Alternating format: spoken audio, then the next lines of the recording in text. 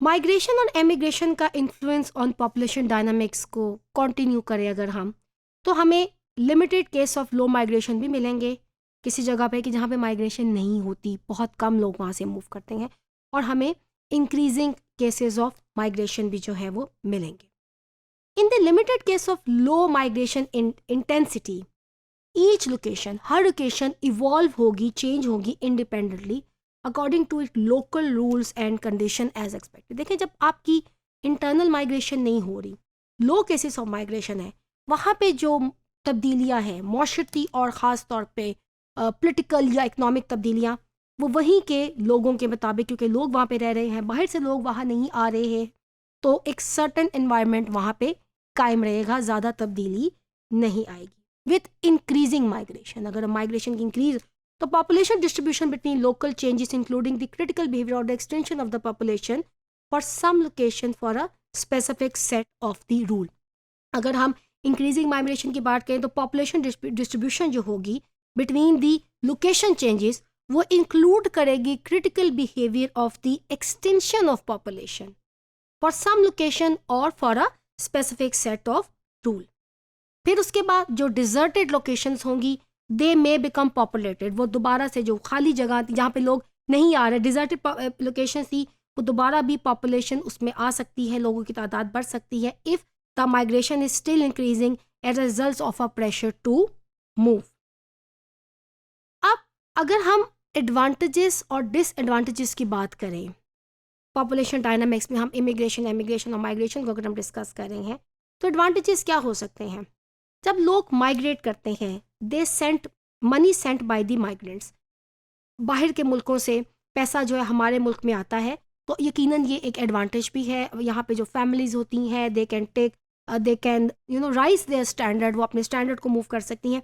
इसका डिसएडवांटेज ये हो सकता है, people of working age move out, वो जो मैंने आपसे बात की थी ब्रेन ड्रेन की, तो हमारे तो वर्किंग एज के लोग बाहर चले गए जिन्होंने इस मुल्क में बैठ कर इस मुल्क की फलाह बहबूद के लिए काम करना था। ये इसका डिसएडवांटेज है कि बाहर के मुल्क में जाके वो अर्न कर रहे हैं। एडवांटेज की बात करें, decrease pressure on jobs and resources. चले यहाँ से लोग बाहर चले गए, किसी जगह की तादाद वहाँ पे लोगों की कम होगी, तो उस मुल्क के रिसोर्सेज भी थोड़े से बेहतर हो जाएंगे और एक प्रेशर कम होगा जॉब्स के ऊपर। एम्प्लॉयमेंट जो है वो मे बी बैलेंस की तरफ आ जाए, जब लोग कम होंगे तो कॉम्पिटिशन भी कम होगा एम्प्लॉयमेंट की तरफ। हाउएवर इसका डिसएडवांटेज ये होगा कि gender imbalances are cause as typically man who seek to find employment elsewhere, women and children are left. लेकिन वही बात कि फैमिली आपके पीछे है, सब लोग इस कंडीशन में इस तरह से माइग्रेशंस नहीं करते कि अपनी फैमिलीज को वो साथ लेके जा सके, तो एक बहुत बड़ी वजह है कि पीछे आपके एक जेंडर इम्बैलेंस हो जाएगा, मर्द ज़्यादा तादाद में बाहर चले जाएंगे, औरतें ज़्यादा तादाद में आपके पीछे रह जाएंगी, और इससे आपके फैमिली के इंस्टीट्यूशन पे भी असरात मुरतब हो सकते हैं।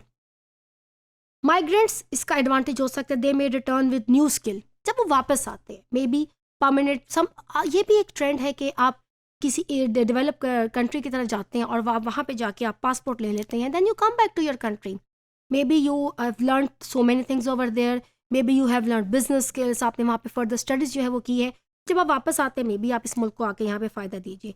हाउएवर जब यहाँ से आप लेकिन चले गए थे, एक सर्टन एज में गए थे, ब्रेन ड्रेनेज हो गया, स्किल लोग बाहर चले गए, और इसका एक डिसएडवांटेज था वो हमें नज़र आया। अब एक और एडवांटेज क्या हो सकता है होस्ट कंट्री को, कि a rich and more diverse culture. जब एक कंट्री किसी माइग्रेंट्स को एक्सेप्ट करती है, बाहर से लोग वहाँ पे आते हैं, कल्चर डाइवर्सिटी वहाँ पे नज़र आती है। आप rich culture, more diverse culture, वहाँ की उस मुल्क का कल्चर जो है मज़ीद डाइवर्स हो सकता है। यूरोप में आपको देखें, आपको मुस्लिम कल्चर भी नज़र आएगा, इतनी डाइवर्सिटी है वहाँ पे यूरोपियन कंट्रीज़ के अंदर।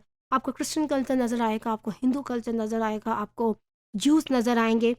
ये भी एक एडवांटेज हो सकता है अगर उसको पॉजिटिव सेंस में लिया जाए।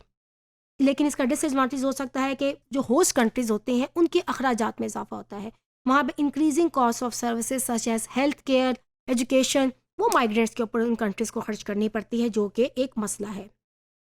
लेबर शॉर्टेजेस जो हैं वो रिड्यूस हो जाती हैं जब यहाँ के लोग बाहर चले जाते हैं, लेकिन जब किसी और जगह पे वो जाते हैं, वो उस जगह को ओवर क्राउडेड कर देते हैं। ऑफ कोर्स ओवर क्राउडेड किसी जगह का होना, ओवर पॉपुलेटेड होना भी एक इशू है, और उस कंट्री के लिए वहाँ उस जगह को संभालना मुश्किल हो जाता है। इसी तरह से migrants, they are more prepare to take on low paid, low skilled job. Migrants जो होते हैं जब आपके मुल्क में आते हैं, अब वो आ गए हैं, सम टाइम वो इस पे कॉम्प्रोमाइज़ भी कर लेते हैं कि हम लो पेड जॉब्स या लो स्किल जॉब्स को भी जो है वो एक्सेप्ट कर सकते हैं। लेकिन इसका डिसएडवांटेज ये होता है कि डिसएग्रीमेंट आ जाते हैं between religious and different cultures की तरफ। उसका एक डिसएडवांटेज आपको ये नज़र आता है कि वहाँ पे ज़रूरी नहीं है कि एथनिक और रिलीजियस हार्मनी जो है वो आपको नज़र आए, और एक रिलीजियस डिसएडवांटेज जो है उन कंट्रीज़ के अंदर आपको मिल सकता है।